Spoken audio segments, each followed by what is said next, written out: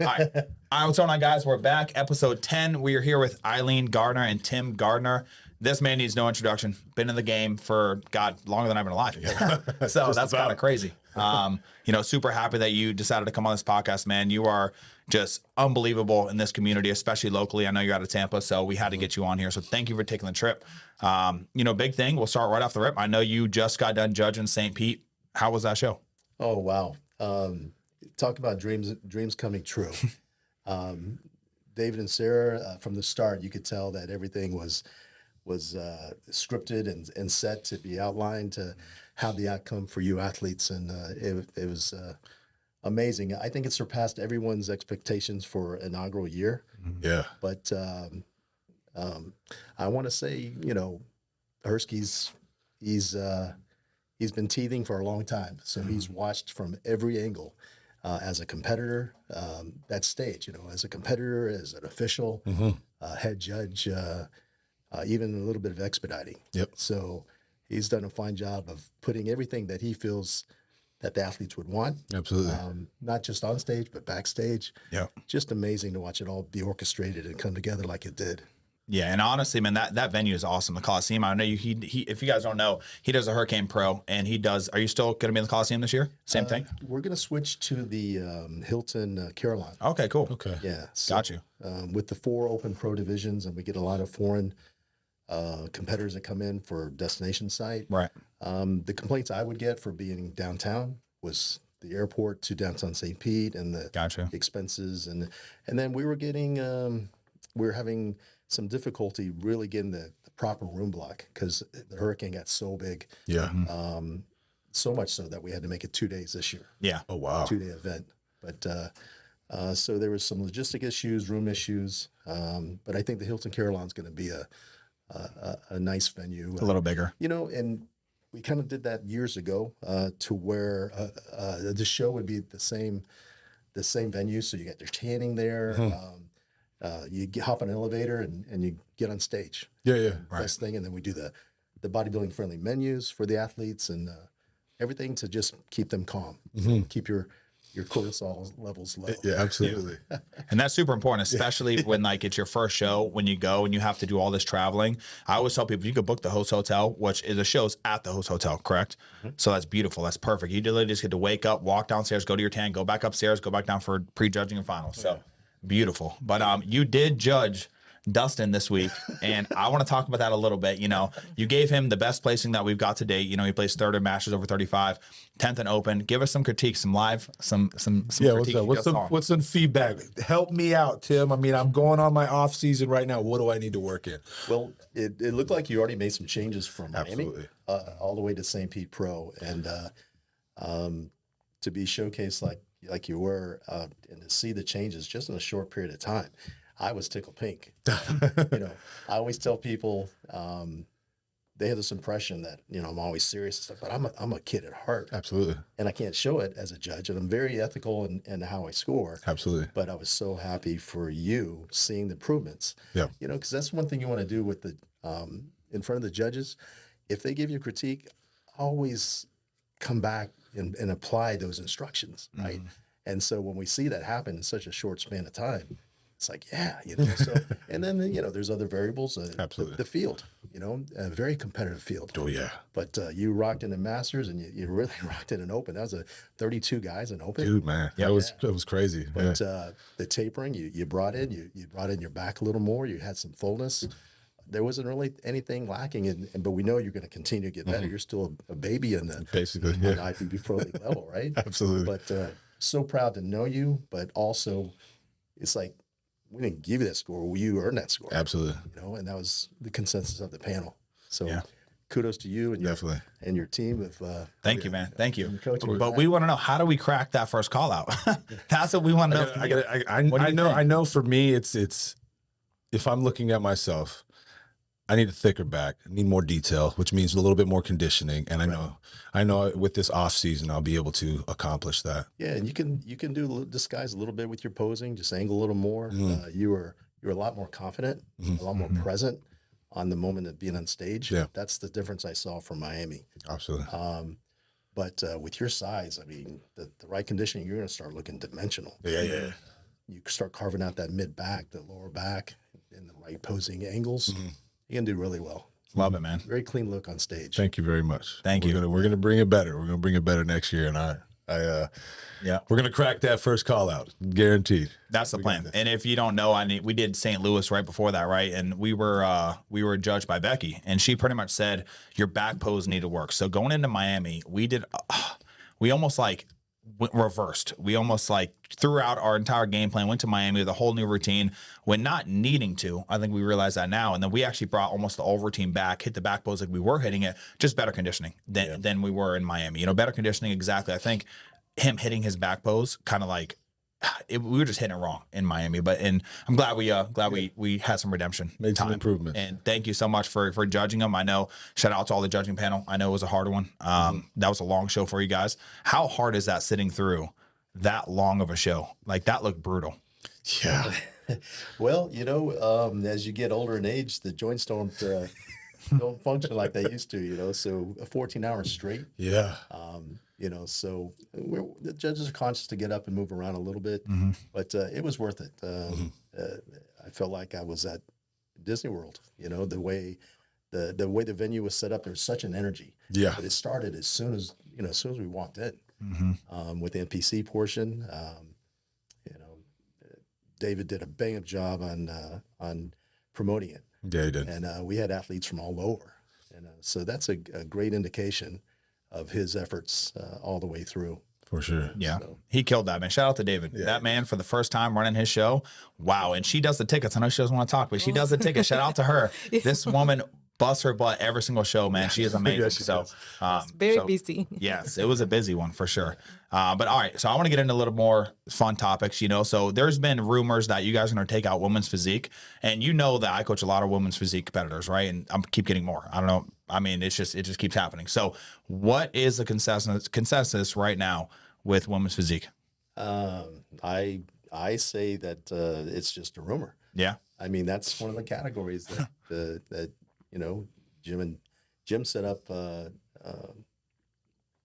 the preliminary stages, and now it's it's part of the family. That's 11 pro categories. Yep. So I fully agree, but like St. Louis, there was only 3 women's physique girls in St. Louis, and they actually said that they're taking it out, right? So I think the women's physique ladies are scared. So guys, this is Tim Gardner saying it. So you haven't heard anything then? Well, I mean, if there was indication that we're going to drop it, then the promoters wouldn't have it at their shows. Right. Mm-hmm. And we have women's physique in Chicago. We have women's physique in Tampa. And we have it in Atlantic Coast. Yep. And it's always strongly represented. Yeah. I want to say we have always 34, 35 women's physique open pros. Wow. Wow. Yeah. So that's awesome. So maybe it was just the competition. Yeah. You know what I mean? When we were in St. Louis, they weren't really privy to go to St. Louis. That's true. That's a really bad city anyway. We learned that going there. That city was it was run down to say the least, But no, I'm very happy to hear that, man, because as I grow as a coach, I'm taking a lot of more women's physique competitors, especially in town, and they are very happy to hear that. So that's one of the big things I want to talk about. What do you got for Tim over here, man? Well, you've been around this sport and a fan of this sport for such a long time in many different eras. What was your favorite era so far? Wow. Definitely a lot of different levels. Of course, competing was amazing. And back then it was just bodybuilding. Yeah. And there was only one guy getting a pro card. So. Yep. But the way things stacked up, there was anticipation and so much, the athletes, companies, the brands are so easily put out there, and back then you had to wait for your subscription to Muscle and Fitness or Flex to pop in, but the community was still strong, but it was connected in a different way back then. Yeah. So as you got on the national level, you knew the pecking order of the top 5. So, for example, USA's would be the first pro qualifier. Back then, the juniors didn't give out pro cards. Right. So the USA would be the first one. So the bodybuilding, the top 5 in every weight class. Lonnie Tieper would advertise it through Ironman. I believe even in Muscle Fitness, Peter McGuff would talk about the amateur status and other riders. But you knew coming in that year who the top 5 in every weight class. So, and when I came in, there wasn't super heavyweights.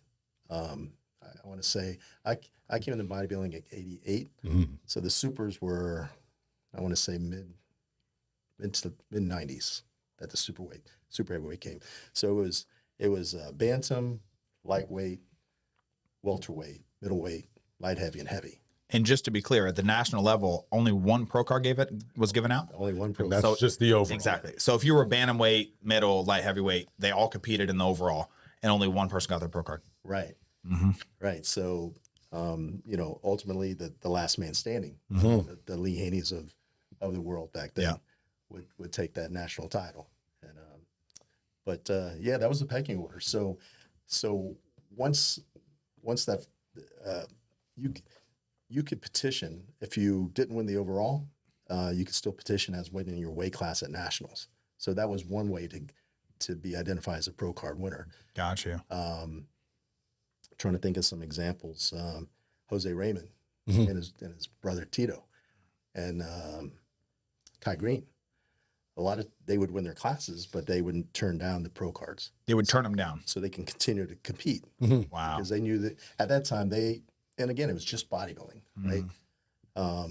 So they felt like they loved competing so much that they would forfeit or not petition to get their pro card. Wow. I'm glad Jose eventually did. And Kai Green. He had, especially Kai. Obviously.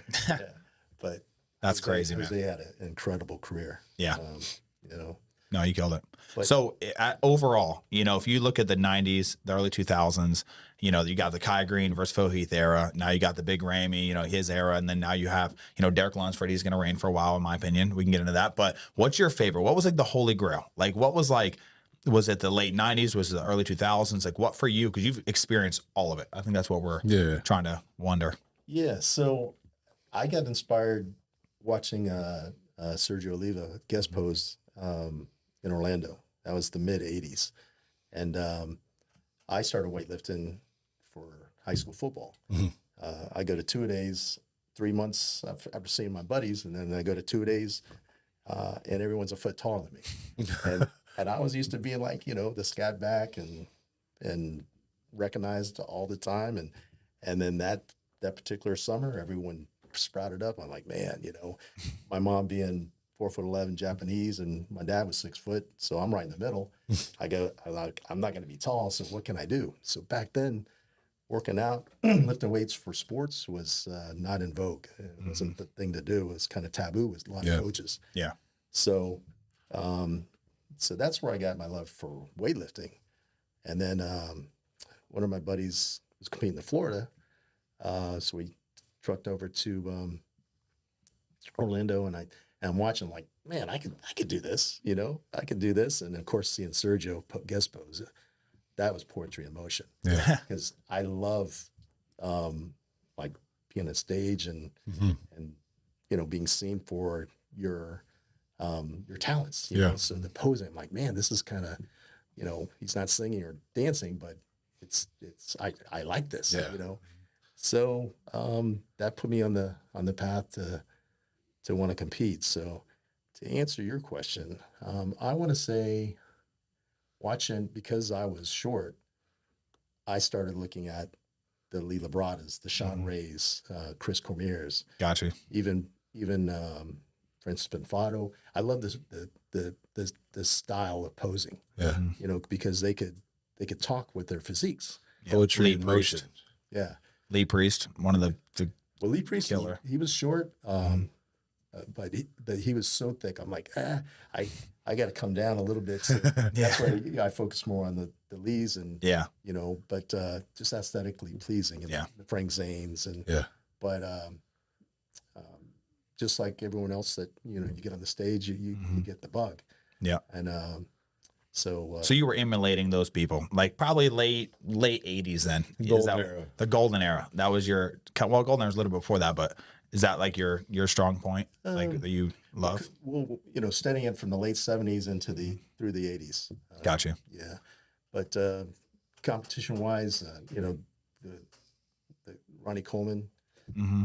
watching him do everything that he did, Yeah. Monster. dominate the way he did, Yep. it kind of changed the game, and then it just each phase there was a new signature, Yep. from Ronnie to Dorian and Yeah. to Jay And then Phil. and Phil. Phil. So who is your favorite physique of all time? Who's your favorite Mr. Olympia? Who do you think was like the one? That's just unbeatable. Well, I mean, Ronnie. You think Ronnie? Yeah. I've What year? um, 03? I don't really have a favorite year. I think the duration, the span of time How that dominant he he was. represented. Yeah, but he was beatable, and Yeah. and so the reins, to steady the reins, and to see Phil get so close, and just one away from tying that record of 8, with Ronnie and Lee. But to save the favorites, I mean, they're all my favorites. Yeah. And then to have the opportunity to know them, another side of some of them, like Lee Haney. I mean, he was such a hero of mine, just the way he walked in life. Yeah. And it wasn't he would sometimes deflect the spotlight on him and put it on other things. And like, wow, this guy's got the bodybuilding world by the tail. Mm-hmm. But yet he still He's humble. Very humble. Yeah. Most of the Mr. Olympias are very humble. Yeah. And they all stand for a certain, I think, I want to say, their moniker. They represented the Weeders and the IFBB and the IFBB Pro League to the utmost. To see that, and even the ones that won it just one time. Chris Dickerson. I mean, all the way until he almost passed. His love for the sport, and he had other passions, but the sport of bodybuilding, it continued on. And see Samir Bannout and Dexter Jackson, the most wins as a male bodybuilder, Right. and that's So even many. start. He was 137 pounds, Yeah. and so he's another one. Yeah. He was always so confident, even as he was coming up. He competed his first show in Jacksonville as a bantamweight, and then he won the Southern States as a middleweight. Went on the North Americans. I think he bumped up to light heavy, but won the overall, got his pro card there. But to watch him, and then just his dedication. He says, "I'm short, but that's okay. This is the way I'm going to be." Yeah. And he never tried to grow too fast. Like a lot of young pros did. And so what a story just in Dexter. But I can go on and on about each. Oh, there's so many, man. There's so many. And like my favorite years, I think 2003 Ronnie Coleman was amazing. 09 Jay Cutler, and then 2013 Phil Heath. If I could get the top 3 and put them in a row right there, who's winning that show? I'm not sure. if they see this podcast again, That's awesome. Yeah. It's tough, man. I'm a huge fan of bodybuilding. I've been watching bodybuilding since 2011, pretty much. Yeah. That's when I really got into it, right? And it's crazy because that's late for you, But me personally, man, I loved Phil Heath, 2013. To me, that was unbelievable. I mean, I would love to see that lineup. Like those 3 years, those 3 Olympia champions, I think Phil will give him a run for the money, but I mean, Ronnie's obviously the best. I mean, he's an absolute unit. That guy he went out there and he was an absolute savage. And, he's obviously going through what he is now, but, thank God for him because I think he did change, the sport in the best way. So, I remember the first time I met Ronnie Coleman. I was on a Carnival cruise. I believe it was around 2003. And, Has to be food related. pretty much, right? No. So I'm up in the morning. I figured I'd go to the gym. Right. I'm on the gym. I'm on the treadmill, and the treadmills are like facing out. So you can kind of the boat's moving and you're walking and everything like that. And I kind of had my head down or whatever. I'm doing my cardio. I look over to the right, or I didn't look over to the right. I felt a presence. And the T-Rex coming on, and the water's like moving and stuff, right? That's kind of how I felt. And I looked over and I was just like, it's Ronnie Coleman on the next treadmill. I was like, he had his America freaking hammer pants on, parachute pants. Yeah. And then he's like, "Hey, what's going on, man?" I was like, Right. Mr. Olympia, Ronnie Coleman, how you doing? He was the nicest person that I've ever met. Yeah, and, you know, But a peanut. yeah, ain't nothing but a peanut. But this dude's legs, my God, were like as big as my chest, like all the way around. But no, that was very inspiring for me. I believe I was around like 18, 19 at that time. Yeah, the Ronnie Coleman stories. I remember Deke Warner brought him over to guest pose. Yeah. I want to say it was the mid Florida back in the '90s, and Ronnie was still looking great, right? Oh yeah. And so in between prejudging and finals, Ronnie goes to one of the local gyms in Orlando, and he's doing walking squats in the parking lot of like a Publix, retail center with 315 pounds. Oh my God. Yeah. Yep. What an absolute monster. Amazing. And Ronnie came up in conversation. Who was I talking to? Dan Solomon. Last week we were talking about Ronnie, and I said Jermaine had brought him down for the wheelchair nationals back. It was down in South Florida, and this was probably mid '90s. Mid to late '90s, but Ronnie didn't say much of anything. But I'm sitting right next to him at dinner, so everyone else talking, all around me, and then and Ronnie never said anything. He was just eating, right? I remember eating the whole chicken, and then he's asking the servers for more. That's awesome. At the very end, he goes, "I wonder what's for dessert," and that stuck with me all through, through all my memories and watching him. But That's amazing. what an ambassador he is. And Yeah. speaking of which, this is good timing because we just had confirmation from Ronnie and his camp that He's coming back. he's not coming back. He's coming to Tampa.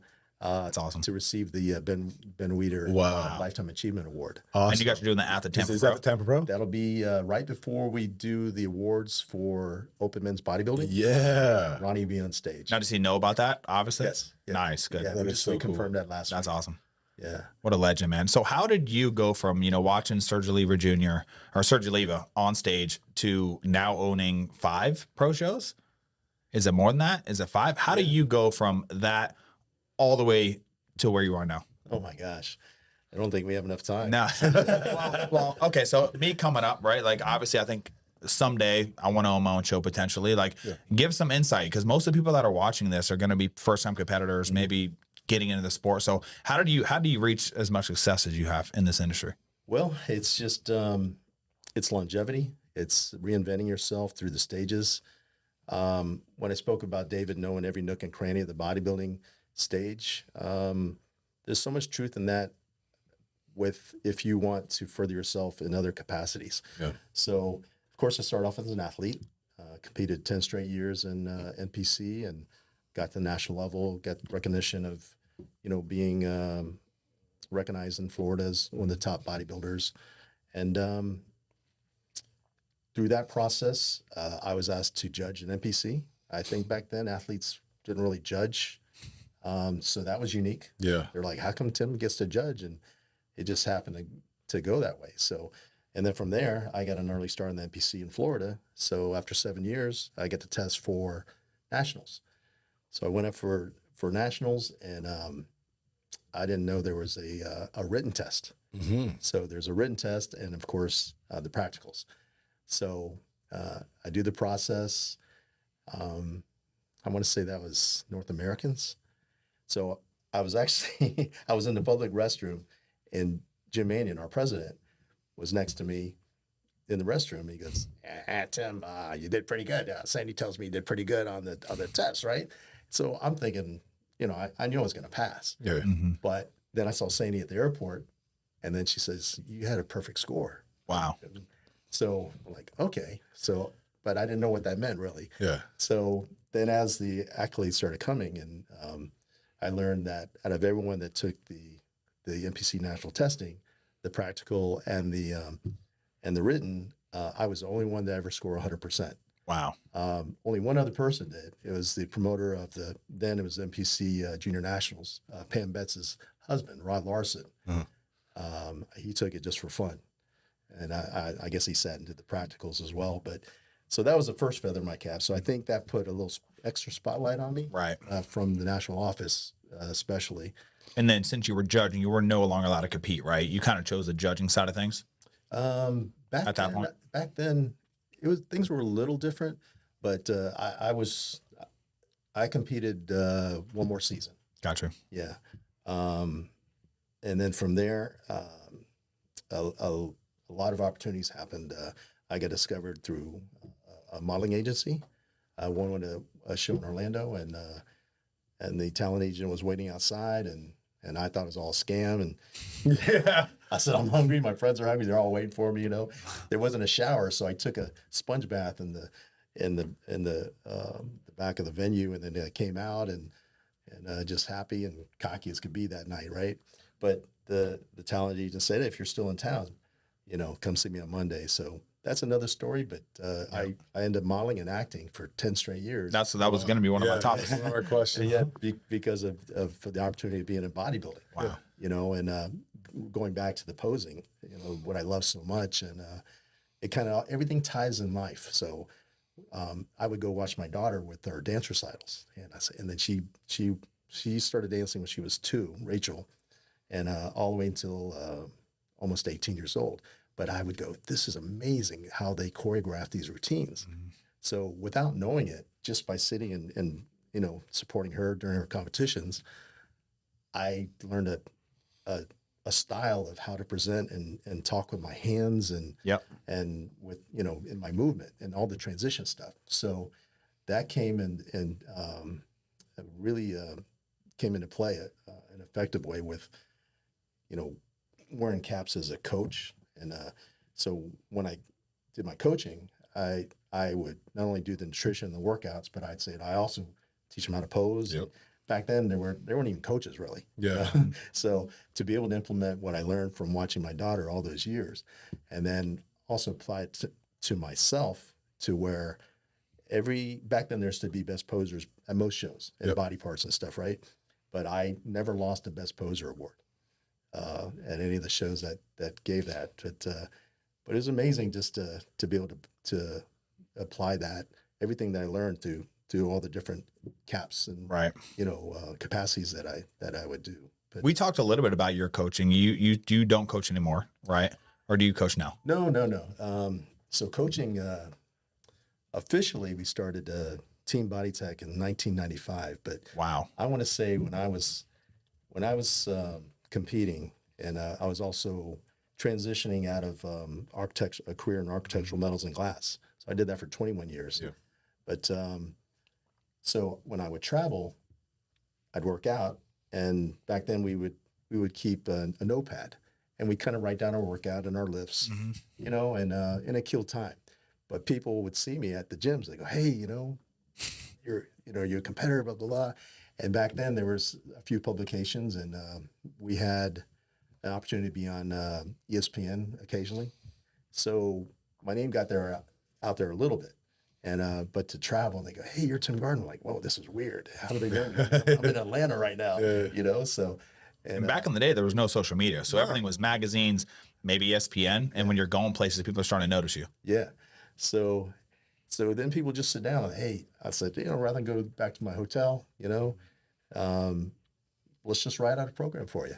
And I would do that for nothing. And then I'd come back around maybe in 2 months and, hey, Tim, look at my progress. And we do some posing, you know, just, it was, the community was different, but still the common denominator is passion. Yeah. Mhm. When you have passion, you know, it must exude. Doesn't feel like work. Yeah.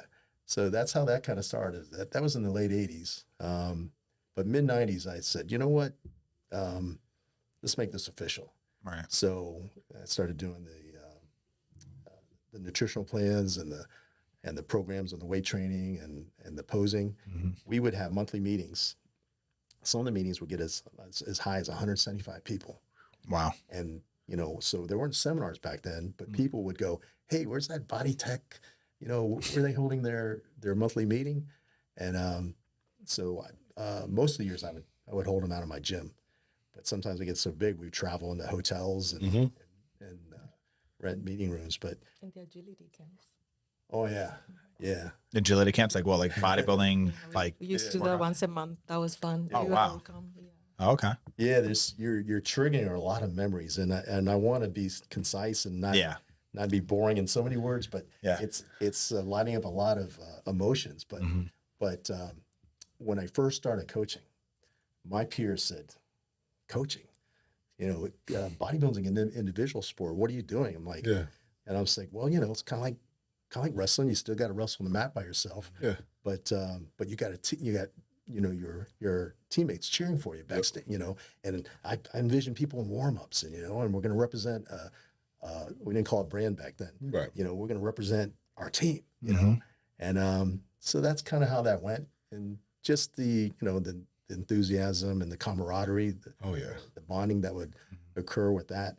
But then when I said, this could be a business, and so that was 1995, and it was just bodybuilding. So we built it up, our monthly meetings. My peers said that's going to flop. No one, no one's going to pay you for that kind of instructions or whatever. And I remember Bob Chucarillo came down for Road to Olympia with bodybuilding.com.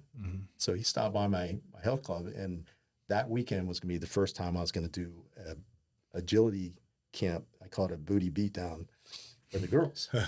so it was all for the girls. well, we had our bodybuilding meeting for posing, and I would do a group workout for all the members. So And this is 90s that you did this? this was the late 90s. Wow. So the gym members they were just in awe of all this muscle coming in, but people would travel from all over for these monthly meetings.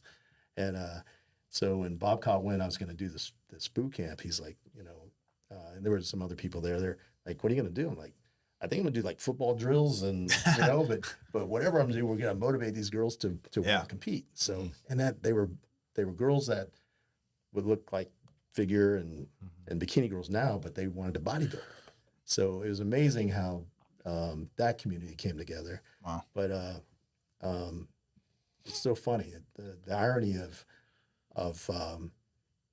the questioning and the ridicule that I would get. Yeah. This is going to flop. But as you know now, I mean, there's trainers everywhere. Yep. So that was gonna be my next thing. Like, I made plenty of posts on this. Like, everyone does one show and then they start coaching competitors. How do you feel about that? Like, what's like the credential that somebody needs to be able to coach people professionally, or even at all for a bodybuilding show? Well, I mean, ultimately, I think it's the instruction for the individual that's going to step on stage. Sometimes they don't need the top pro, or even it's just the instruction that goes into that. With myself, I never advertised Team Body Tech. It was all word of mouth. But over from 1995 to I think I retired Team Body Tech, 2016? Yeah. Jim Manion, our president, he asked all the officials if they train people that end up on NPC or IPB Pro League stages, that, consider if you still want to judge, you can't Coach. Right. Yeah. And so that went well for a year. Yeah. And then people say, it's my livelihood, And just like how I exited out of architectural metals and glass, same thing when I felt like, okay, it's time to exit out of coaching. I coached from 95 to 2016. So I said, I've done my run, but already I was feeling the effects of social media. Mm-hmm. And, somebody would win the Hurricane Bay and all of a sudden they're coaching and say, oh, I'm half the price of Body Tech, whatever. Yeah. And I said, well, I actually raised my prices. Mm-hmm. Yeah, absolutely. And I said, well, we live in a world where it's Social media runs this whole game, man. Yeah. It's everything's about social media now, and I think that's one thing that triggers me the most is when, I know you're not qualified. Your people know you're not qualified. Everyone on your stories knows you're not qualified. You've done one half-ass prep, and then all of a sudden you're coaching people, and not even just that. Like, we know PDs running this game. Like, they do one cycle, they will do one prep, one cycle, and then they're trying to coach people on. And then they're an expert. Like, that is the most ridiculous thing I've ever heard, and people doing. So, yeah, well, I feel like the consumer eventually can figure all that out. but it's sad that they get influenced, by the social media posts but the experience. I mean, it all comes out in the wash of if someone does have if they're qualified. Yeah. But I'm kind of glad I exited when I did. Yep. Because it opened doors for me. Jim gave me opportunities to go around the world. Yeah. Not only promoting shows, but setting up camps for countries to learn about how to put on shows. Wow. So we would teach them. We'd go there for the weekend, teach them how to judge, how to set up registration. You ever been to Qatar? Not Qatar, no. Not Qatar. Okay, so that's one thing I want to talk about, and it's the prize money in bodybuilding. The past, 2 years, this has been the biggest topic, if not one of the biggest topics that people are talking about. Nick Strength and Power's talking about it. All these channels. Why is that such a big topic right now? And how do we increase the prize money? How does the NPC and IFBB increase prize money? Well, the way it's set up, there's a minimum for each category. And I don't know if you're aware, but our Vice President, Tyler Manion, he's done a fantastic job behind the scenes, as busy as he is, traveling the world, officiating these big events. He still has time to talk to companies to sponsor categories. So he is successful in setting up with Uprising MIT 45 for the open men bodybuilding. So if you study the prize monies for open men bodybuilding, they've been increased. So not only does that help the athlete get more for their placings, but it helps the promoter as well. Yeah, because that's going to be more people in the seats, because in theory, bigger names are going to say, okay, I want to do that open pro bodybuilding. Right. But he didn't stop there. He went to wellness. Wolfpack, I believe, is covering an increased amount for all the wellness competitors. And also Classic New Tech. Equipment company out of Korea. Gotcha. Now, is this to all the shows or just some shows? I believe Tyler set up for all the shows. Wow. Every show that's on the list. So if it's like Wolfpack does wellness, they're giving an extra $1,000 per show per wellness category. It's Something more than, like that. The amount is more than that. But I want to say it's generally. it's every wellness event.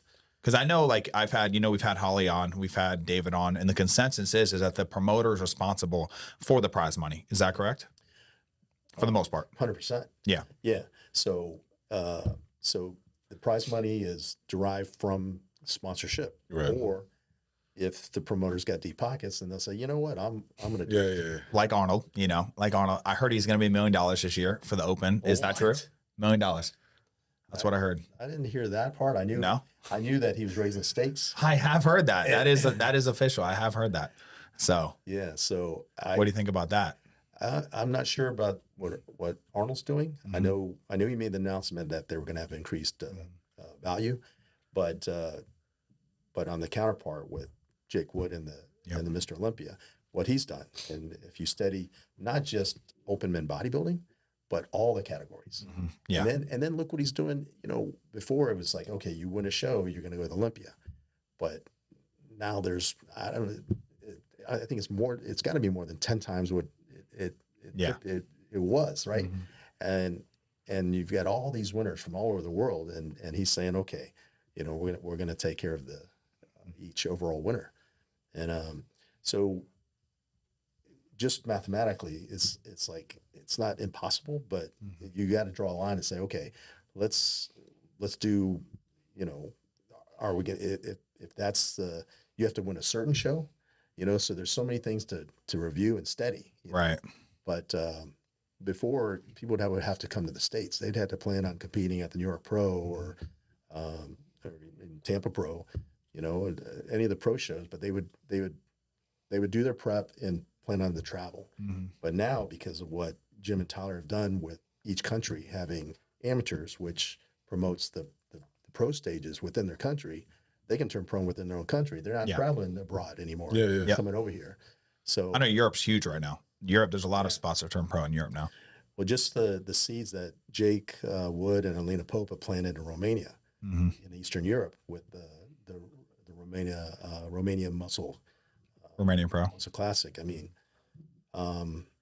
it's amazing what the exposure and the interest that caused and spiraled out, not just for bodybuilding, but all the categories. Because In Europe, there's a pushback with females, and even more in Asia, where there wasn't a lot of female competitors. But now you see there's Yeah, and then plus like Asian, like a lot of people used to go to like the Asian Grand Prix and like compete there because it was an easy qualification. Now them girls are looking good. You Right. know, like they've had years now to grow and they've had a lot of shows to be able to compete in. So that's phenomenal to see. But I think majority of the people like want to know like how do we get the prize money up? Like people are so upset about that. Like pro bodybuilders cannot be pros right now in this day and age, right? They want a pro show, fine, 10 grand. You know, even some of them are even less than that. So what can like the IPB and MPC do to increase that prize money for everyone? well, like I said, Tyler's doing it by communicating, and what's going to happen that I think the bigger companies, the corporations are going to look and say, how can we get involved? Yep. You know, like how Uprising has and Wolfpack, Wolfpack. and UTEC, and I think there'll be more. To put it all on the promoters to increase it, I mean, that's a lot of work to. Yeah, absolutely. It's almost impossible. And that's why I brought that up because I don't know exactly what they can do besides getting other people. I feel like, in any sport, man, like the top dog should carry down, at least take care of the pros. Like obviously, I mean, you go to Qatar, we talked to Kamal about this. In Qatar, if you win their amateur thing, it's like 150 grand. I don't know. That's the world's. I think that has to do with That's amateur. Yeah, but it's amateur, and Kamal was $150,000. talking about a lot of on the amateur side of things. He didn't even want to turn pro because he would go win the worlds and he'd win 150K as an amateur. And I mean, obviously, we're not seeing that over here. Right. Is that just due to because bodybuilding is I guess bigger in Europe in that term, or is it? I think it's coming from the origin of the support. So when you split it out to where you think about every show that's in the United States, Yeah. and there's relationships and friendships amongst it all. But Yeah. but where do you say like, okay, we're going to support this show, but not this one, Right. and so it really puts a lot of pressure on the promoter For sure. to make these relationships and get these commitments. Yeah. And then more importantly, make it come to fruition. The promoters that I think that have the longevity, they have displayed kind of like how Hersky did this weekend, Right. of giving back to the athlete For no sure. matter what. It's a Yes. risk, and what's the definition of an entrepreneur in Webster's dictionary? It's Risk not taker. about making all kinds of money and driving nice cars. No. It's simply Taking risk risks. taker. Yep. And I'm an entrepreneur, so I trust me, man. I failed a lot of businesses, guys. Yeah. And it takes time for sure. Yeah. So I don't like that the promoter is so responsible. Like I don't like that you guys have to pay all these sanction fees and then you also have to give 40 grand for prize money. Like I know that Tyler's doing the best he can, and I'm glad to see that because that's been a big. And I think the reason why he's doing that is because it's spiraling right now. Nick Strength and Power, the biggest bodybuilding channel on this planet, he talks about that openly and publicly. So I'm glad to see Tyler's making some action on that because I know it's not going to happen overnight. No. But I would love to see you guys exactly, man, give more back to the athletes. I don't know if they have to do maybe less sanction fees, so where you guys are able to put more money in the competitors' pockets because being a pro bodybuilder. In like the 90s and 2000s, you had contracts. You had contracts with Muscle and Fitness, and a lot more than that than I do, right? But you had contracts. Not only that, you had a slew of shows to do, all right? They gave you, okay, you're going to guest posts here, and this is a big topic we talked about with Kamal. He's like, when he won the Olympia, he told me not a single person reached out to him to come guest post, not a single person. Why is it up to the athlete and a Mr. Olympia champion to reach out to you and reach out to David to guest post for money? Why is there not some kind of like organization that's like, okay, Kamal, you won the Olympia. This is what we're going to do for you. You're going to go on this big span. You're going to hit this and this show. Why is that not done?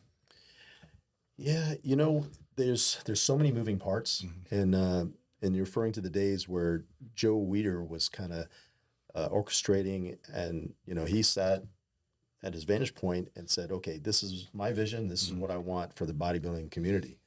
But it wasn't anywhere close to mainstream Right. as it is now. So I think it's just growing pains. So if you really analyze it and study the stages, I think we grew too fast with all the categories, which Yeah. isn't a bad thing. But and there's so many platforms, you know, and it's still the one piece of pie. Yeah.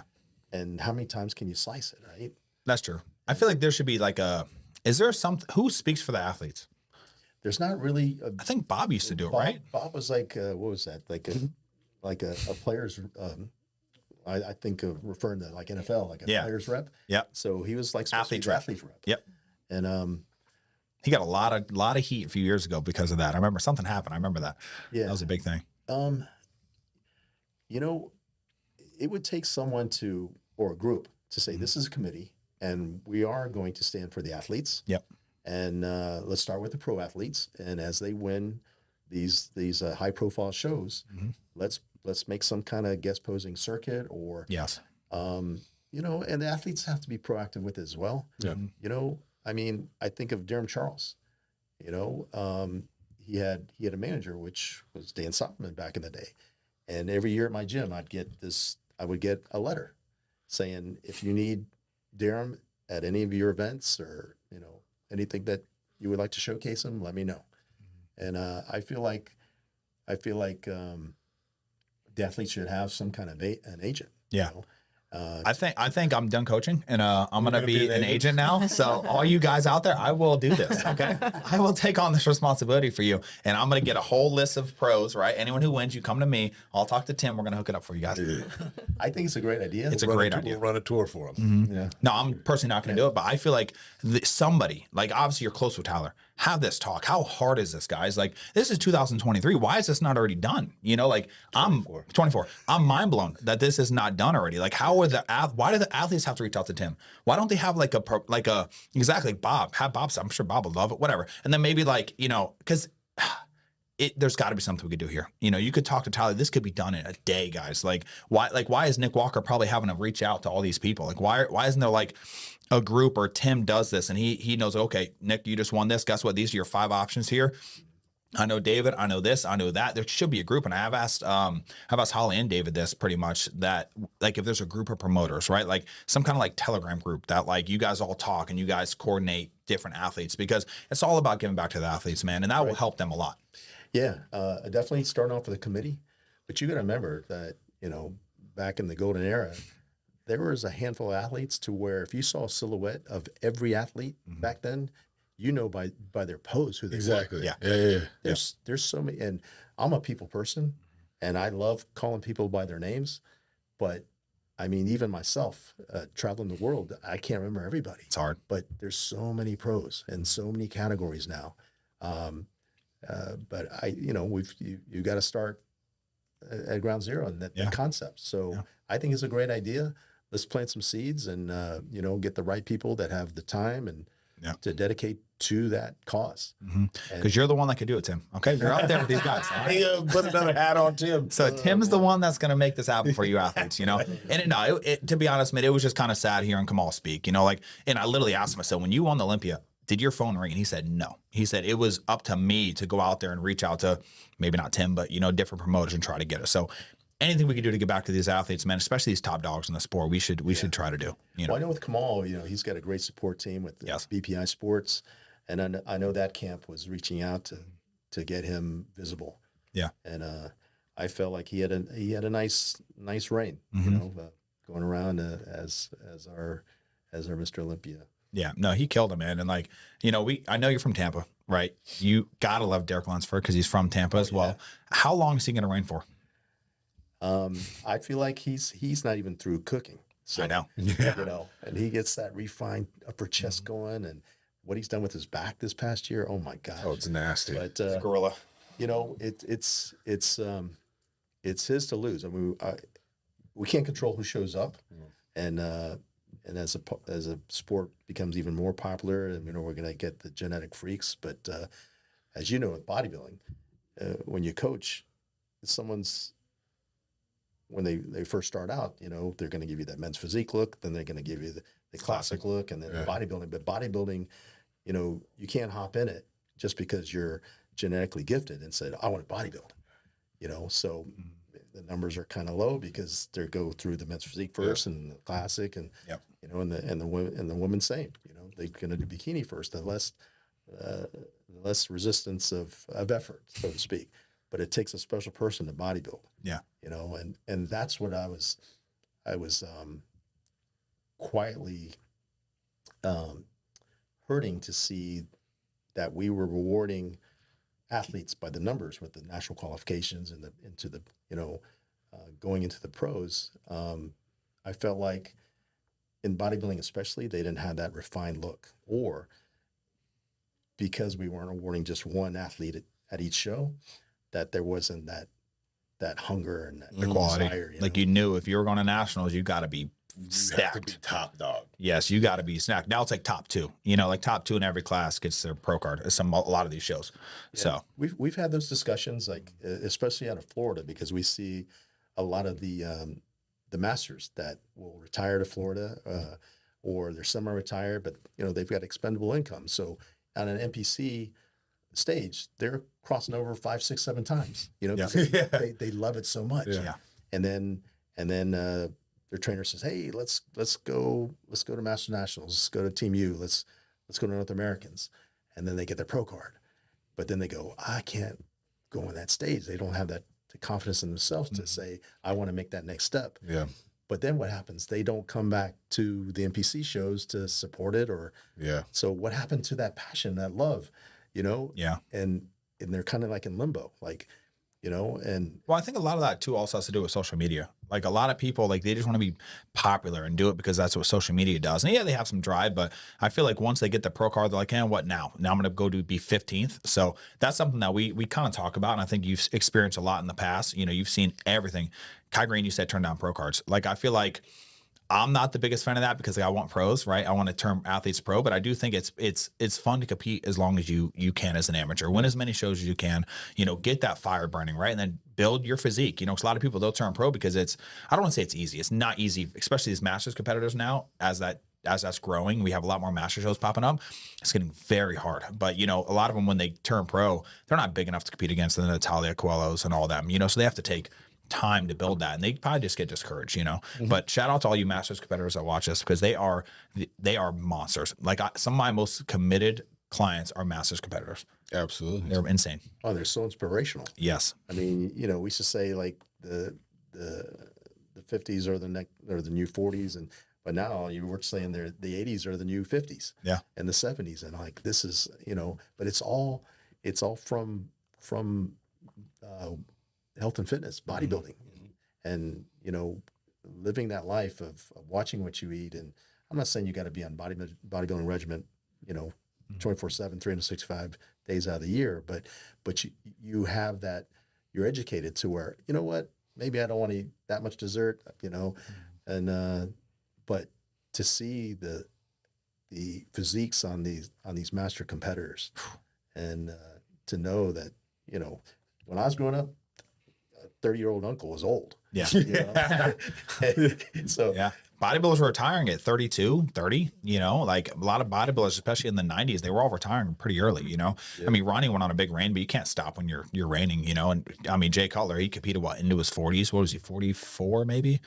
When his last 43, 44. Yeah. So it's crazy, man. And I'm so happy. That's a big shout out to like the NPC, the IPV for creating the Masters divisions and bringing back the Masters Olympia last year, because, I couldn't imagine being 40 years old, 45 years old, finally finding my passion and then in bodybuilding and having nowhere to go. and then have to shut it off. Yeah. And have to shut it off. Like you can't compete against Phil Heath. You know what I'm saying? Like, so I love that, man. Like that is something so cool. And for me being a coach, we have Jacqueline competing. I don't know if you know who Jacqueline is, right? We have her competing. She's going to be competing in the next couple months here. We're trying to make her to Masters Olympia next year. We got to win a few shows, but it just to have that fire, Right.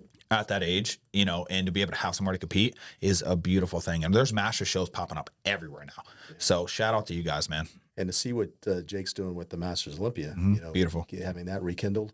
Like I judged the last 2 Master Olympias in the 2011 and 2012. Wow. And the platform completely changed with Jake at the helm, and then with now he's saying we'll take it slow, build it up, but every 2 years we're looking at another Masters Olympia. Yep. Next year. So to go to Romania and judge that and see like, oh my gosh. Yeah. And they really didn't look like masters. Did you judge the last one? Yes. Wow. Yeah. Good, man. Is it always going to be held in Romania, or are they going to? I'm not sure if it's always going to be there, but but I know it's going to be every 2 years. Yeah. So yeah. next year's Romania then. I think That's what I heard. I think so. Yeah. Cool. Yeah. I'm excited, man. I'm hoping we bring people there. You know, he's about to be 40 here soon in the next few years. So we're going to be there 100%. There's not a chance in hell we're not going to be there. When he's 40, can you imagine him at 40? Jesus, he's going to be destruction. But we're really excited, man. And yeah, so let me get to a few questions that I know David has one for you. He said, ask him about the call outs and what happens in call outs and comparisons that people don't know. So, for example, right, like he judged a show. I think it was the one a few weekends ago. Chiseled, yes, and I guess there was a bodybuilder that was in the middle, and then he was so good they just moved him out to the side, and then they compared the two, and then what happened was, I guess everyone thought it was them 1 and 2, and they were second and third. They were fighting for second and third. Yeah. So what happened? I was the head judge, and Ersky was my right hand man. So we're sitting there, and we're confirming that top 4 call out. Mm-hmm. And so I put my hand over my mouth. I go, Hersky, you see what I'm saying? He goes, yeah, the guy's fading. I'm not going to mention any names, but someone that we had higher up was fading. And if I would have kept posing him, he would have faded himself out of the top 4. So I said, we're not going to do that because we ran him along. 212 was the only pro class. And we promised them at the athlete meeting that we're going to really take our time and do some unique comparisons. So they're low on carbs. They probably didn't remember that.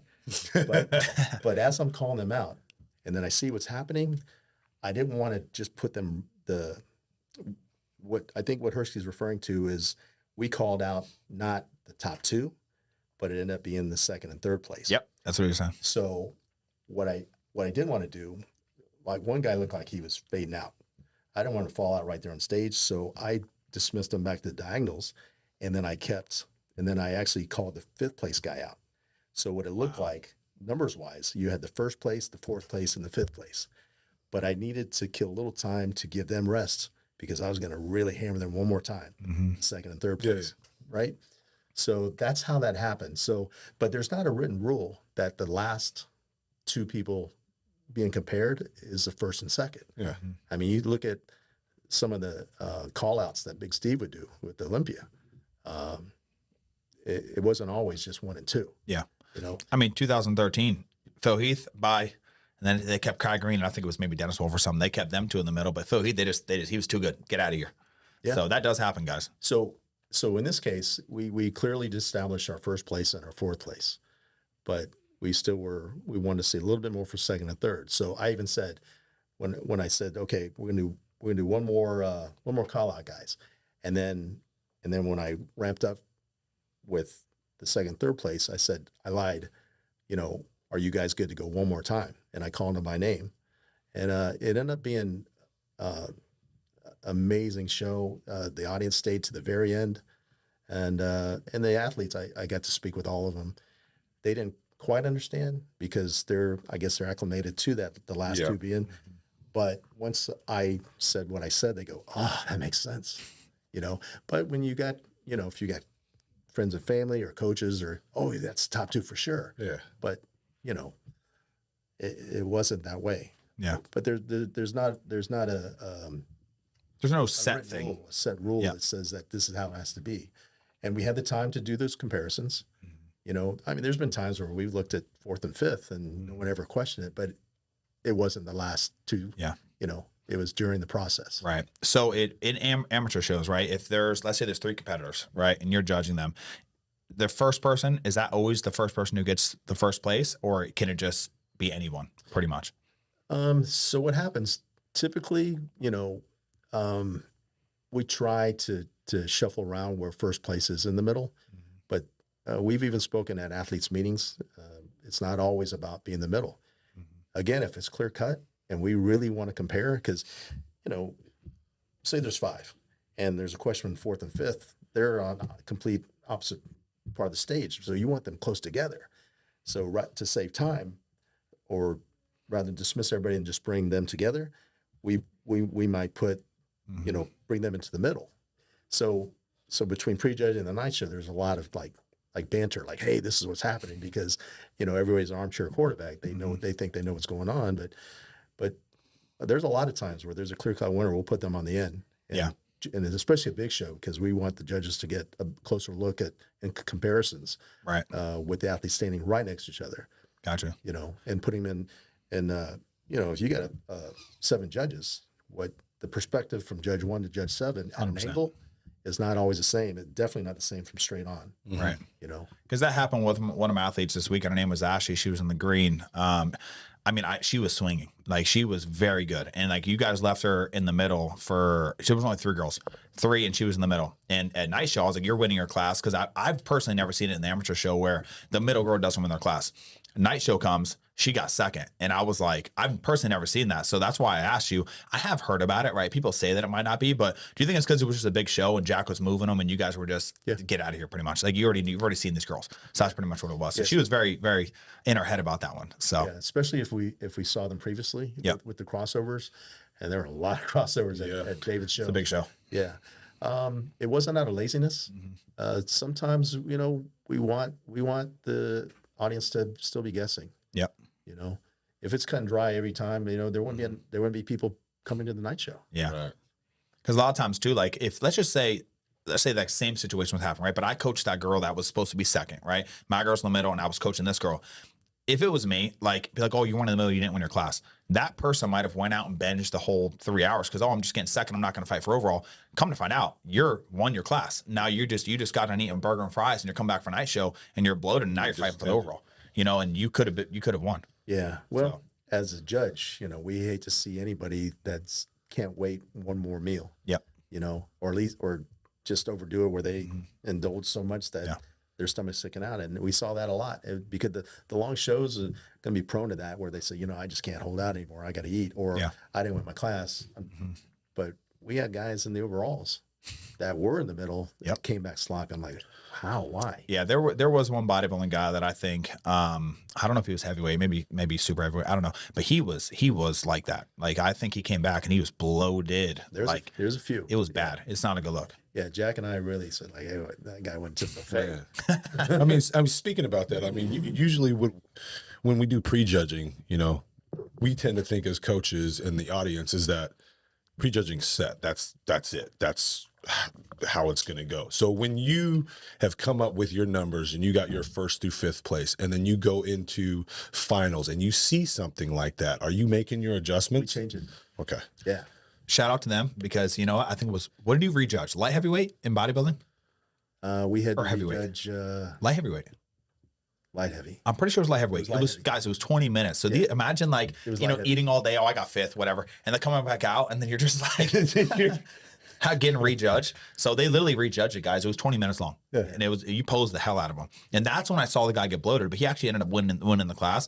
And I actually had my boy Zach winning. That was me. Shout out to you, Zach. But I just know him from social media, right? Guy looked amazing. He competed at the Mel show 2 years ago.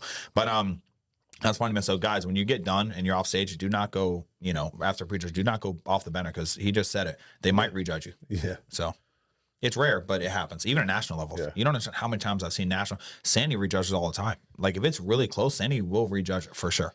Tyler doesn't like to, but Sandy does. We make some notes when it's close. We'll say, hey, let's make sure that that's happening. So I don't know if you saw me take a sheet up, but we changed. Yep, I did. One that, Yep.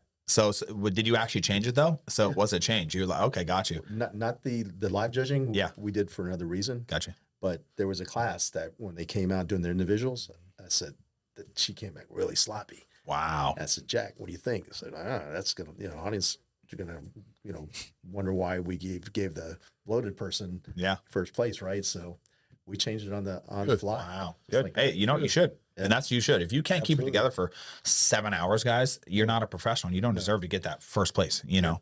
So shout out to you. And also big shout out to you, man, because you gave us this team award last year. Yeah. I cannot tell you guys how much that one meant to me. Like, I won the Mel Chansey. I won the Sarasota one.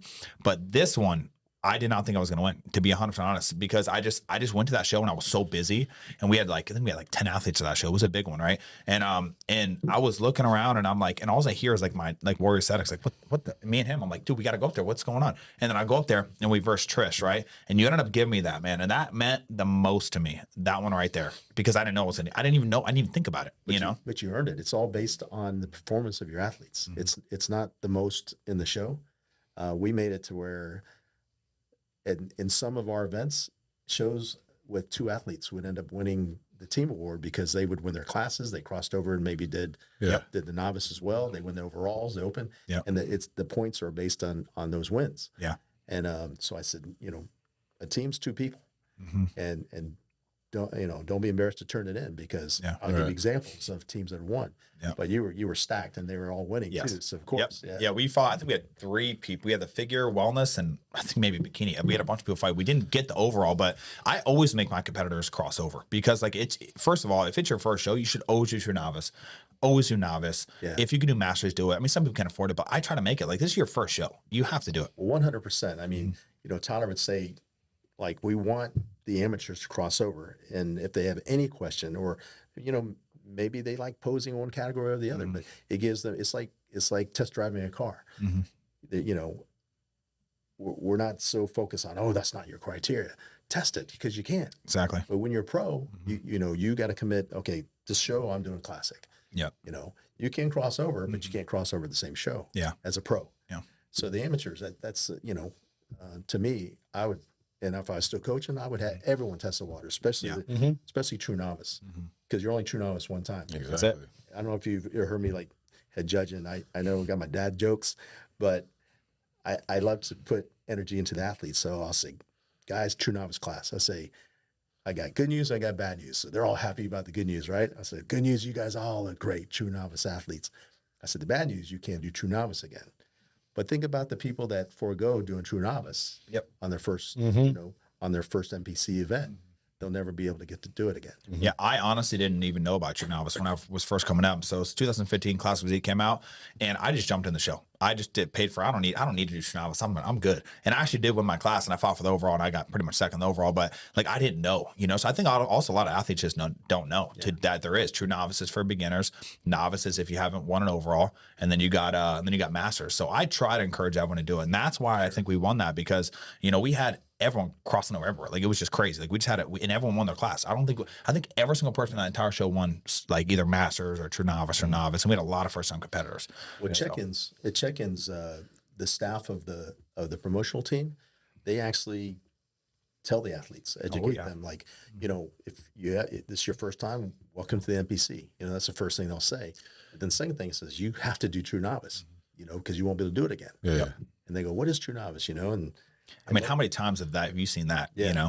So to clarify, he just said that novice means that you won an overall. I thought it was you haven't won your class yet. So novice, when we first started out, it was you haven't won an NPC class. Right. So that's first place in whatever class. What happened is some of them were unopposed. So Right. Tyler started studying it a little further. Then it had to be at least 3 people in your class. So novice, it's not a gray area because it's established in the criteria, but it's not about just when your class eliminates you out of there. So most of the time it's like top 5 in a national show. What is it? Top 5 national show, winning overall with more than 3 people in your class. Okay. Got you. Okay. Or winning your class with more than 3 people in it, or winning the overall. So that's a weird one, right? Because I talk to everyone. Everyone says different things about that. So I'm glad you clarified that because I thought it was the overall winner. Like I didn't know if it was like true novice overall or novice overall. So yeah, and and definitely talking about check-ins and stuff like that, because I've had athletes who have came and it was their first time as well, and then they go and they get their number from you, and every time you're like, oh yeah, this is my first time competing, and you would ask them, are you doing true novice? And be like, yeah.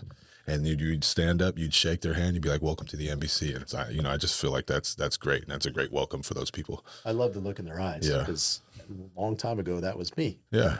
Yep. So I recognize it, Yeah. And when I did more lectures or, interviews, I always talked about,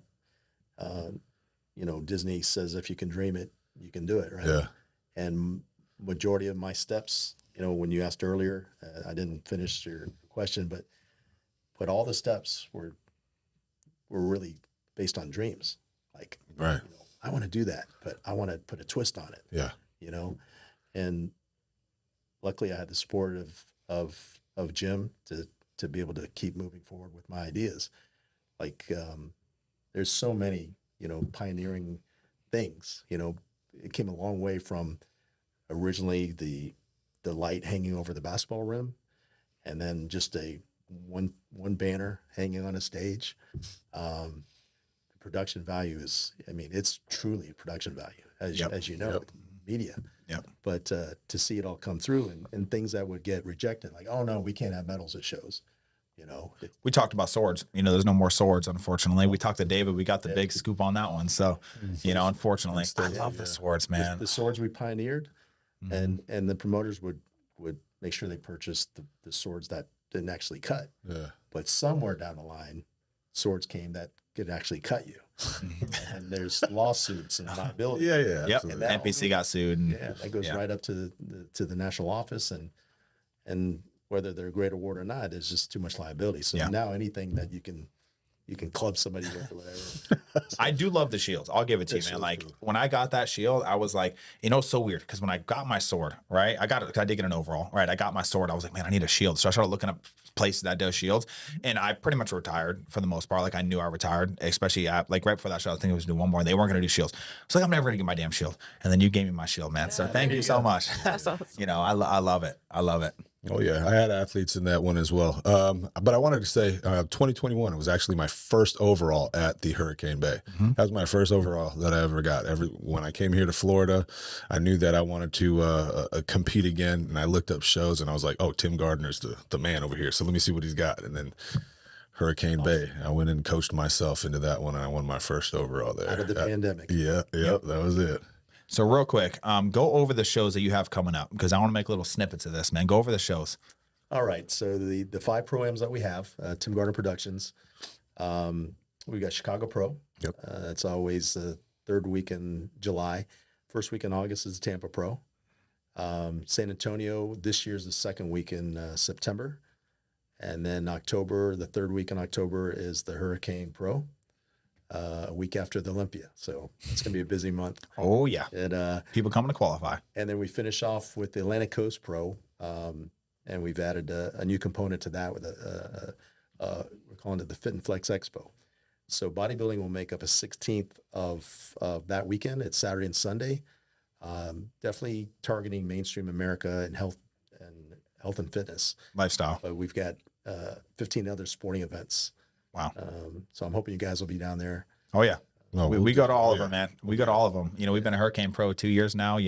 My girl won the overall 2 years ago, and this year we will be back. We already have one Masters Pro, just joined the team. He wants to do that show, so we're starting to get the lineup. I think we're 15 weeks out from your show, from the Hurricane, something like that. Yeah. But everything's at timgardnerproductions.com, and we detailed all the shows pretty much. Perfect. So check him out today, man. Check him out today. Yeah, go check it out, man. But yeah, man, thank you so much for Wraps coming. it up. This was phenomenal, man. The amount of insight you just gave us in under an hour is amazing, man. Thank you guys so much for coming. Shout out for being the best ticket person ever. She is the best. And, shout out to you, man. Thank you so much for what you do for the community, and thanks for coming on this podcast. Yeah. Thank you for having awesome, us. Thank you for having us. Yeah, You're welcome. It's I think when you asked me at David's show, have you done a podcast? And back in the day, I was interviewed by the likes of like Sean Ray, Right. Bob Ciccarello, John Hansen, Moss Papa, John Holly, and I don't even know. I don't think they called them podcasts back then.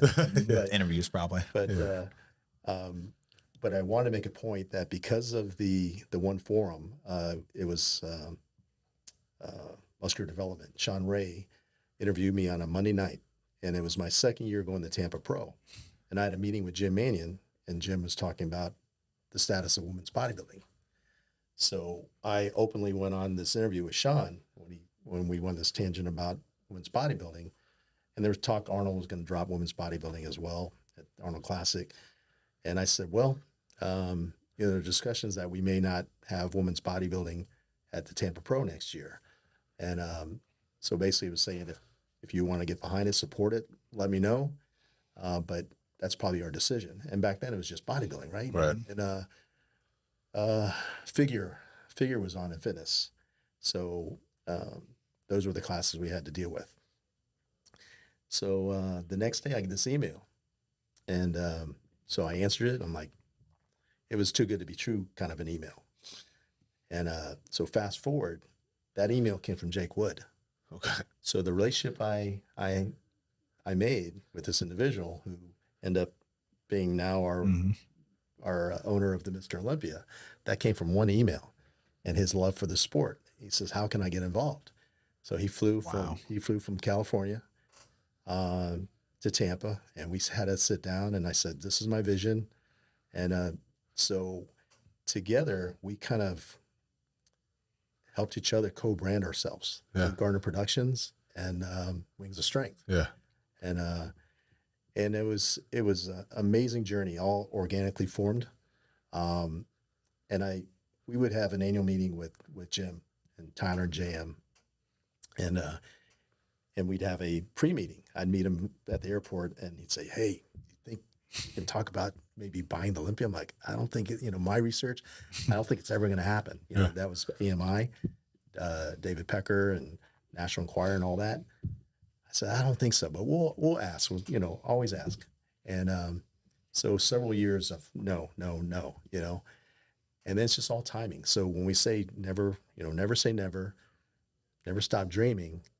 If Jake would have taken all of our responses, kind of like when I started coaching, like, you don't want to do that, and these are from experts in our industry, Right. saying you don't coach, and but Jake fulfilled his dream, and then to see what he's doing it now, and it's still passion, it's difficult to love what you do, and try to run a corporation, full business. But I see the successes of people that take that risk. Like you said, Matt, you take that risk, and people see that. It might take some time, as you said, many failures setting up businesses. I too. I mean, Yep. At one time I thought I was walking away from bodybuilding completely, and that would have been the biggest mistake. And now look at you. Yeah, that would have been the biggest mistake if I'd have walked out, and that wasn't that long ago. But yeah, the story with Jake Wood, that one email, that one, like, I want to support women's bodybuilding, but not only do I want to support women's bodybuilding, I want to support the whole entire industry. Yeah. Yeah. And he put his money where, And look at him his now. mouth is, but to me, that passion just exuded out of Jake. Oh yeah. And what a presence. Jake Wood is what, 6'7"-ish. Is he? Wow. I mean, he's taller A than me. tank. Yeah. I didn't know he's that tall. No. Yeah, man, that's kind of what like our envision is for the podcast, man. Like, we just never know how big this is going to get. I mean, we went to David's show this weekend. You don't know how many people came up to us, man, and were like, "Dude, shout out on your podcast is amazing." Like, like, I can't believe you got David, and I'm like, "You're getting Tim next week." Like, it's gonna blow up fast. I know that, and we're trying to do something different, but it all starts with you, man, for coming on here, and David coming on here, and Kamal. Like, if we couldn't get you guys, like, maybe we wouldn't get as much reach, but we're very happy that you guys came on. Yeah, very appreciative to have a figurehead like yourself, coming in here and allowing us to, be present with you. Pick your brain. And pick your brain. I think that's awesome. Well, the point I want to make earlier, we get approached a lot to do these things, and it's not like we don't want to, but time permitting. But I felt like that wasn't my place really to voice things. I wanted to do, after I had some health issues 3 years ago, that I questioned like how much I needed to pull back, just traveling, especially Right. international traveling.